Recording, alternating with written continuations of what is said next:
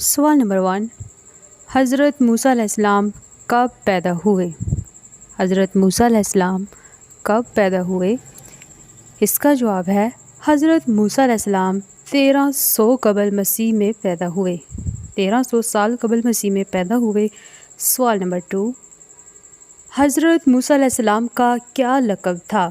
हज़रत मूसा अलैहिस्सलाम को क्या लक़ब मिला था? तो इसका जवाब है हज़रत मूसा अलैहिस्सलाम को कलीमुल्लाह का लक़ब मिला था।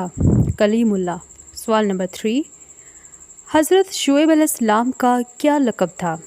हज़रत शुएब अलैहिस्सलाम का क्या लक़ब था? जी, तो इसका जवाब है हज़रत शुएब अलैहिस्सलाम का लक़ब खतीबुल अंबिया था। सवाल नंबर 4, हज़रत ईसा अलैहिस्सलाम का क्या लक़ब था? हज़रत ईसा अलैहिस्सलाम का लक़ब रूह अल्लाह था।